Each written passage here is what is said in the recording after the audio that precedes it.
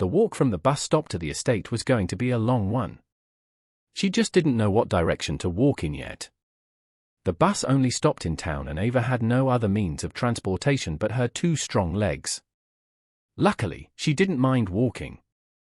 Except for the fact that it had just rained hours before and her old worn sneakers were anything but waterproof.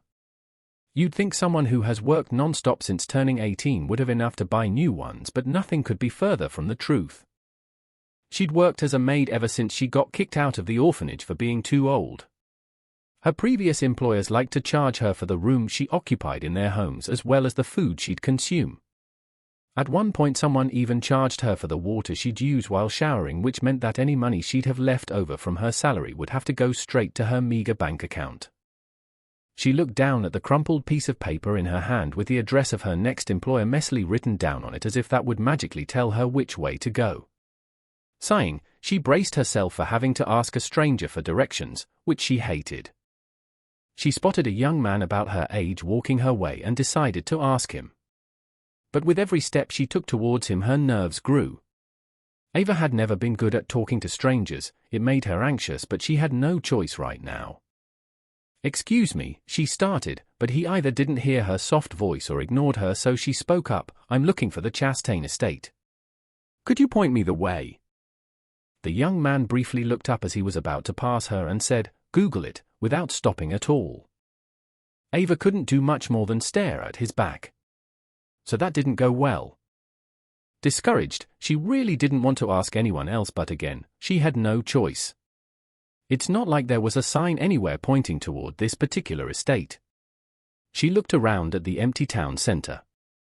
The retreating figure of the young man was the only person to be seen until the fragile frame of an elderly woman emerged from one of the nearby homes. Relieved, Ava grabbed her small bag and made her way towards the woman while silently preparing herself for another rejection. "Excuse me," she said.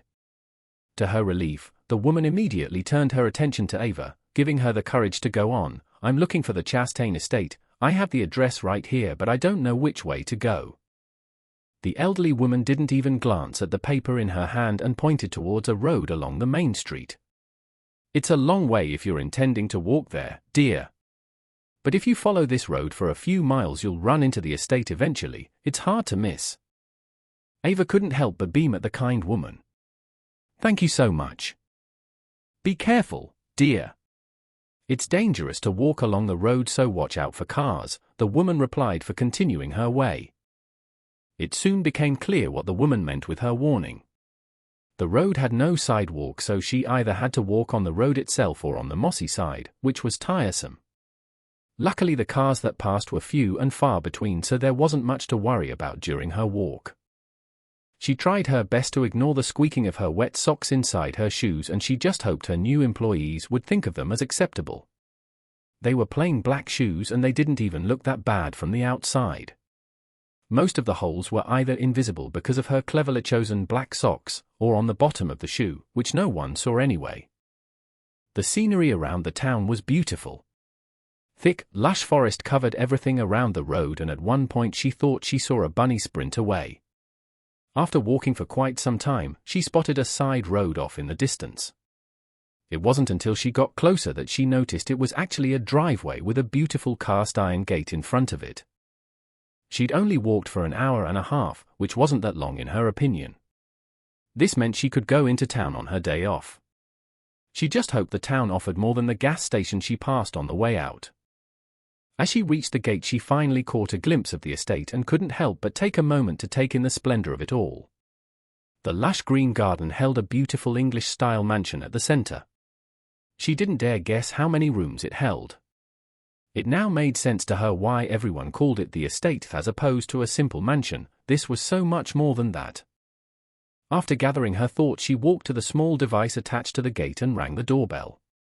The device crackled for a bit before a male voice rang out. "Chastain Estate, how may I help you?" Ava stepped closer to the device in an attempt to be heard better before replying. "Good evening, this is Ava Romero, the new maid." She didn't know why she ended the sentence as a question. Maybe it was some kind of defense mechanism in case something had gone wrong and they weren't looking for a maid at all. "Why, yes. "Come on in," the voice rang out before the connection was broken off. A few seconds later, the gate started to move on its own just enough to let her in. The walk from the gate to the actual entrance of the estate was longer than she'd anticipated, but she finally arrived after a few minutes. Greeting her at the door was a tall man with wispy grey hairs at the side of his head and a friendly smile. "Miss Romero," he greeted. "I'm George, the butler of this estate." "Nice to meet you, George. You can call me Ava." "If you want," she replied while shaking his hand. "Very well, Ava. Let me show you to your room. I'm sure it was quite the journey to get to this small town." If only he knew, she thought. But she didn't say it. Instead, she smiled gratefully at him while nodding. He led her further into the house and she did her best not to gawk at the expensive decor of the lavish layout of the place. There would be plenty of time to stare at everything once she'd started working. George led both of them past the stairs into a corridor lined with unique-looking paintings. Some were old, some were newer. Maybe the owner of this estate was a collector of the arts? They passed the kitchen and a couple of storage rooms before entering a door to another corridor. A sign read "A servant's quarters," but she wasn't sure how many servants there would be. George was the only person she'd seen as of yet. He stopped once he'd reached another door and fished a key out of his pocket before opening it. "This one is for you, young lady," he said after taking the key out again and handing it to her. She gratefully took it from his hand. She'd never had a room key before. The orphanage didn't even have doors so that the caretakers could see what was going on at all times, and her previous employers never bothered to give her any keys. "Thank you," she replied while following him in. The room was small but held everything she'd need. A twin bed stood against the wall with a small desk opposite of it. To her left stood an antique-looking closet that would be able to hold more clothes than she even owned. The window offered just enough natural light to illuminate the room without having to turn on the light. Next to the desk was a door, and she could only hope that she'd finally have her own bathroom for once. "This will be your room during your employment. As you may have noticed, you're the only person occupying the servants' quarters as of right now. The dining area for the servants is down the hall, and Lauren and I shall join you for our meals. Lauren is the head housekeeper, so you'll follow her directions. Breakfast is at 7, you will meet Lauren then and she'll discuss the details of your duties." Ava nodded eagerly. George seemed like a nice grandfather figure and she hadn't heard anything about the owner of the estate yet. This job was looking to be her easiest one yet. "I'll leave you to it then. Your uniform is in the closet. It is mandatory you wear it." Her stomach turned at the last sentence. Uniforms were never a good sign. They were always too short and too uncomfortable to work in. Someone even made her wear a French-made outfit once, too. "All right, thank you," she replied stiffly at the retreating figure of the butler before dropping her bag to the floor. Slowly, she made her way to the closet before opening it to inspect her uniform. To her surprise, it was fine. The dress reached just above her knees but wasn't as short as the one she'd become used to, and instead of a low-cut V-line neck it was a turtleneck with short sleeves. She actually liked it. Satisfied, she dropped down on the bed to admire the room once more. She could definitely get used to this. At breakfast the following day, Ava finally met Lauren, who she suspected to be the only other employee besides George. She seemed to be somewhat younger than George, but not too much judging by the long grey hair wrapped up in a tight bun. "Here's a map of the estate. Try to memorize it so that you won't have to keep it on you all the time. I've marked all storage rooms here and the rooms are color-coded based on which one should be cleaned more often. If you have any questions you can always find me on the ground floor," was the last thing she said to her before taking off, leaving the dishes to be done by Ava. Since there were only the three of them, it wasn't a lot. After a few short minutes, everything was cleaned and put away, allowing Ava to start on her rounds. She inspected the map and determined it to be easy enough. The hallways were pretty straightforward and she was sure she'd remember it all in no time. It was easy to fall back into her familiar rhythm. Vacuum the floor, dust the shelves, clean the bathroom, repeat. She was used to doing it, and before she realized her day was over. She made her way back to the servants' quarters to be pleasantly surprised to see that Lauren had already served dinner. So George started as she sat down while Lauren handed her a plate. How did your first day go? It went well. I think I know a good bit of the map by heart by now, Ava replied. But if I may ask, where is the master of this estate? It was a question that occupied an increasingly large portion of her mind as the day went on. Mr. Chastain only occupies this home when he is on holiday or on special occasions. When he plans to return here, I will give notice so that you may prepare the rooms in a manner that is appropriate for his return. Ava didn't quite understand what he meant by preparing for his return, but she didn't really care. No master of the house meant no problems. No men yelling at her for being in their sight or hands trying to grope her. Does he have many homes? Ava couldn't help but ask. Not only out of curiosity, but also in an attempt to make small talk. Lauren was already nodding even before George could answer. Mr. Chastain has as many homes as he needs to have. His work requires him to travel all over, George replied.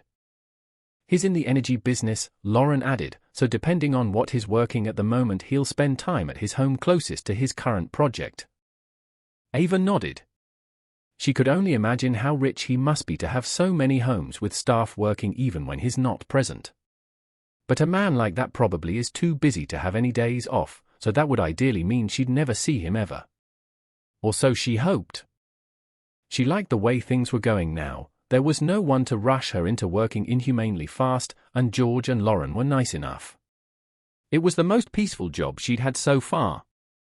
The following days went by in a blur. She'd meet with George and Lauren for breakfast and dinner and slowly learned about their lives. She learned that while George didn't sleep in the servants' quarters, he did reside on the estate's grounds. His little home was on the edge of the property and was gifted to him by the current owner's late parents. George even had a son named Stanley, though he lived in Europe and George would fly over during his vacation days to visit him. Apparently, George really liked talking about his son, and it became apparent that he dearly missed him. Lucky for him, he had another vacation coming up, allowing him to visit again. Unfortunately, Stanley couldn't visit his dad much due to the nature of his job, but George couldn't be prouder. Lauren, however, didn't stay on the estate at all and would ride her bicycle to work every day. She claimed it kept her fit. And while George was a widower, Lauren had never married at all, and Ava briefly felt bad for her. What if she'd suffer the same fate? What if she never met someone who'd love her? These were the thoughts she took to bed with her and plagued her all through the night. In all of her 24 years of living, she'd never even considered the possibility of a relationship. But how could she? She was always working. And being a maid didn't create a lot of opportunities to meet new people, let alone single men her age. But if that's the life she was meant to live, she'd accept it. She already felt extremely lucky to have this job and a roof above her head. The transition from one job to the next wasn't always that smooth, and there have been times she simply couldn't afford a motel anymore. Those long nights in the cold, empty stairwells of apartment complexes weren't something she would soon miss. Her previous employers weren't bad people either. The estate wasn't nearly as large as this one, and their cook was a little mean, but the work went generally well. Until they decided to sell their home and move to Australia, leaving her jobless again after just less than a year of working for them.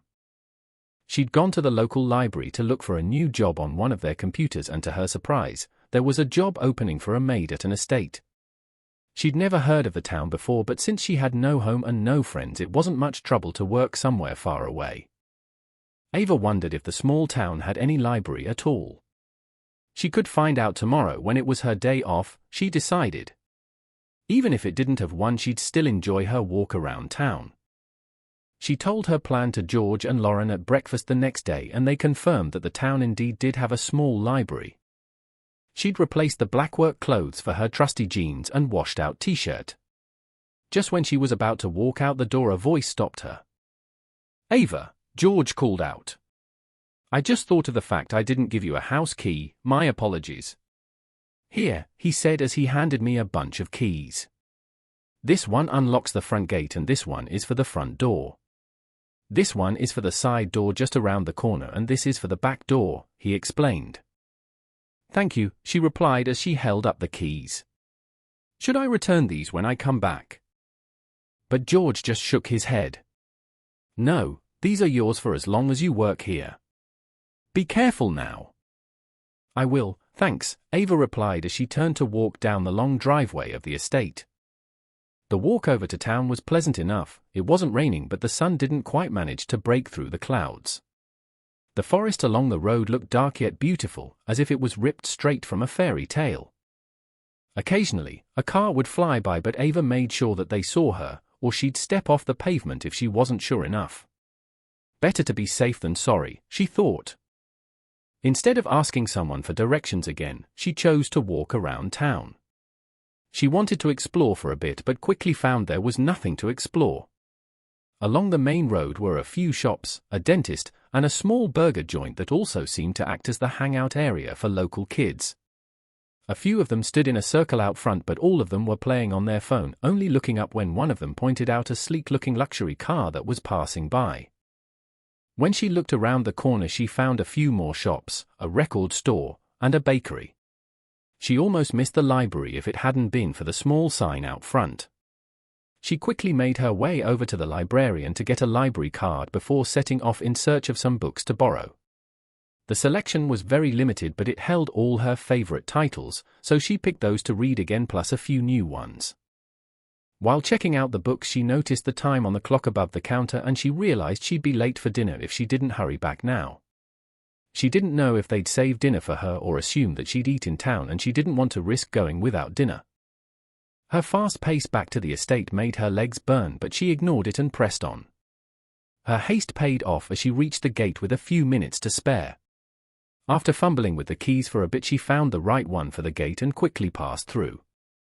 In all of her hurry, she almost missed the black sports car from before parked in front of the house and wondered who this visitor could be. It couldn't be the owner, Mr. Chastain, since George had told her he'd tell her in advance so she could prepare. But maybe it was some family member who decided to drop by and spend a few days at the estate. She wouldn't blame them. This house had more facilities than most resorts she'd heard of. According to the map, it held a swimming pool, a sauna, a movie theater, a shooting range, a ballroom, and much more. Ava hadn't seen any of that yet because those fell under Lauren's care. Just to be safe, she took the side door since she wasn't quite sure what was expected of her when guests stayed over. She walked back to her room as quietly as she could, but just as she reached the door to the servants' quarters, she spotted a glimpse of the visiting stranger. He was focused enough on talking to George that Ava felt safe staring at him for a moment. But only because he was so breathtakingly beautiful that her eyes refused to leave his tall form. His brown hair was styled neatly atop of his head and combined with his brown eyes gave him an overall dark appearance. The hands in the pockets of his slacks gave off relaxed vibes, but the well-tailored business suit he wore contradicted that. He seemed to be a little older than Ava, maybe a little younger than 30. When George laughed at something the man said, Ava snapped out of her trance. She shouldn't stare, it's rude. She quickly resumed her walk down the hallway until she reached the servants' dining area, only to find Lauren still busy cooking dinner. Ava, she called out as she spotted her, I hope you don't mind eating a little later. You see, Mr. Chastain has returned home suddenly, so we've been all kinds of busy.